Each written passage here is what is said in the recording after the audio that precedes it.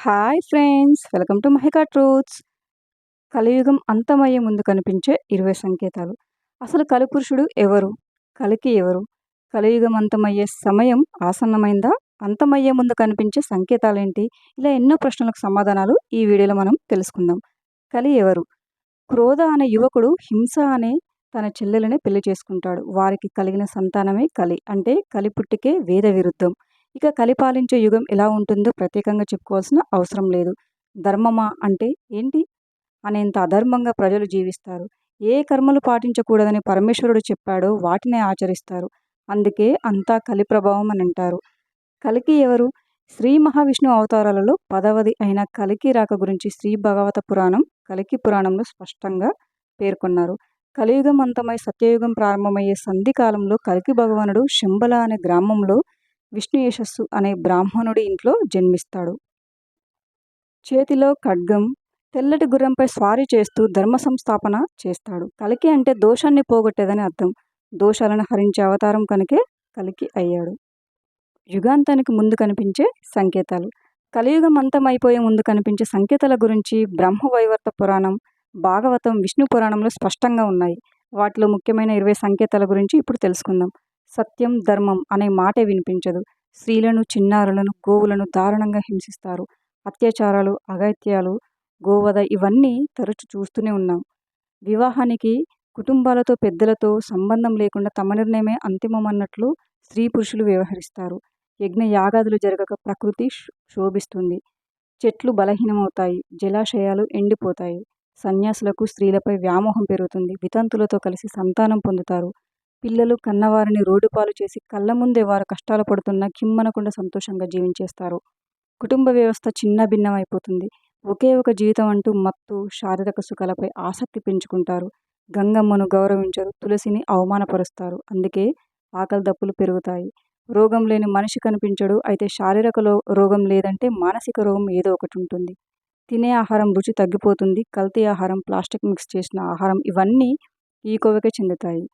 అపరాధం చేసిన వారికి శిక్షించకుండా క్షమించేస్తారు. ఘోరమైన తప్పిదాలు చేసిన వారు కూడా ప్రజల మధ్య స్వచ్ఛ మానవుల్లో తిరిగేస్తుంటారు. బ్రాహ్మణులు పోషణ లేక లెచ్చులను సేవిస్తారు. వేద విద్యను వదిలేసి ఉద్యోగాలు, వ్యాపారాలు చేస్తున్న వారంతా ఈ కోవకే చెందుతారు. కంటికి కనిపించినదే ప్రామాణికమంటారు. కనిపించిన దేవుడి గురించి వితండవాదన చేస్తారు. సైన్స్ ఎన్ని విషయాలు కనిపెట్టినా అది కేవలం ఓ వంతు మాత్రమే. మిగిలిన 3 శక్తి భగవంతుడే అని గుర్తించలేరు. తినకూడని పదార్థాలు తింటారు. చూడకూడని విషయాల వైపు కళ్ళు ఆకర్షితమవుతాయి. వినకూడని విషయాల వైపు వ్యామోహం పెరుగుతుంది. కోరికలు పెరిగి వ్యాధుల బారిన పడతారు. గురువులకు తలంచి నమస్కరించే విద్యార్థులు కనిపించరు. పైగా విద్యార్థులను చూసి గురువులు భయపడే పరిస్థితులు ఎదురవుతాయి. పదవి కోసం, డబ్బు కోసం మూర్ఖులను, భగవంతుడిని నమ్మిన వారిని ప్రజలు బలపరుస్తారు. దొంగలే పాలకులుగా మారుతారు. తమ స్వార్థం కోసం ఉపద్రవాలు సృష్టించి ప్రజల్ని క్షోభపెట్టిన పాలకులే ప్రజాభక్షకులుగా మారుతారు. అనవసర వస్తువులపై పన్నులు విధించి ప్రజల్ని పీడిస్తారు. బ్రాహ్మణులు దైవారాధన వదిలిపెట్టేస్తారు. సంధ్యావందనం చేయాల్సింది పోయి మద్య మాంసాలు విక్రయిస్తారు. రాక్షసులకు శరీరం ఉండదు. ప్రతి మనిషిలోనూ గుణాల రూపంలో రాక్షసులుంటారు. జనాలు కిరాతకుల్లా ప్రవర్తిస్తారు. ఈ జీవితం ఎందుకులే అని భారంగా అనిపిస్తుంది. ఈ 20 లక్షణాలు కలియుగం మొదటి పాదం పూర్తయ్యేసరికి మరింత ముదురుతాయి. కలియుగం 2వ పాదంలో అసలు భగవంతుడి నామస్మరణే వినిపించదు. కలియుగం 3వ పాదంలో దేవుడున్నాడు అనే విషయమే గుర్తుకురాదు. ఇప్పుడు 10 ఏళ్ళు, 11 ఏళ్లకే రజస్వలాగుతున్న ఆడపిల్లలు కలియుగం 3వ పాదంలో 7 ఏళ్లకే పిల్లల్ని కంటారు. మరుగుజ్జులుగా జన్మించే ఆ సంతానం కేవలం 20 ఏళ్ళు మాత్రమే బతుకుతారు. వానలు లేక పంటలు పండక మాంసం తిని బతుకుతారు. కలియుగం 4వ పాదంలో అరాచకానికి అంతుండదు. ఓ మనిషిని తింటే కానీ మరో మనిషి బతకలేని దుస్థితికి చేరుకుంటారు. ఆఖరి 100 ఏళ్లలో కరువు విలయతాండవం చేస్తుంది. అప్పుడు వస్తాడు కల్కి. ఆ తర్వాత నుంచి మళ్ళీ సత్యయుగం ప్రారంభమై నారాయణుడే భూమిని పాలిస్తాడు. వేదాలను అనుసరించి 4 యుగాలు చెప్పబడ్డాయి. మొట్టమొదటిది కృతయుగం లేదా సత్యయుగం. ఈ యుగం కాలపరిమితి 17,28,000 సంవత్సరాలు.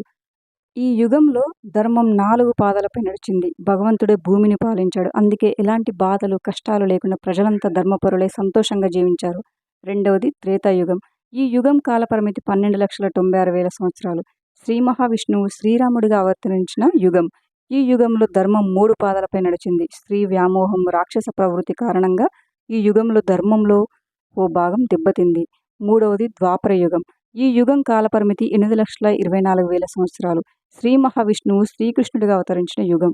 ఈ యుగంలో చెడు విద్యలు, దుర్మార్గాలు, స్త్రీలపై అఘాయిత్యాలు పెరిగి ధర్మంలో 2 పాదాలు దెబ్బతిని 2 పాదాలపై నడిచింది. 4వది కలియుగం. శ్రీకృష్ణుడు అవతారం చాలించిన మరుక్షణం కలియుగం ప్రారంభమైంది. ఈ యుగం కాల పరిమితి 4,32,000 సంవత్సరాలు. ఇప్పటికీ 5,000 ఏళ్ళు గడిచిపోయాయి. ఈ యుగంలో ధర్మం 3 పాదాలు దెబ్బతిని ఒంటి పాదంపై నడుస్తుంది.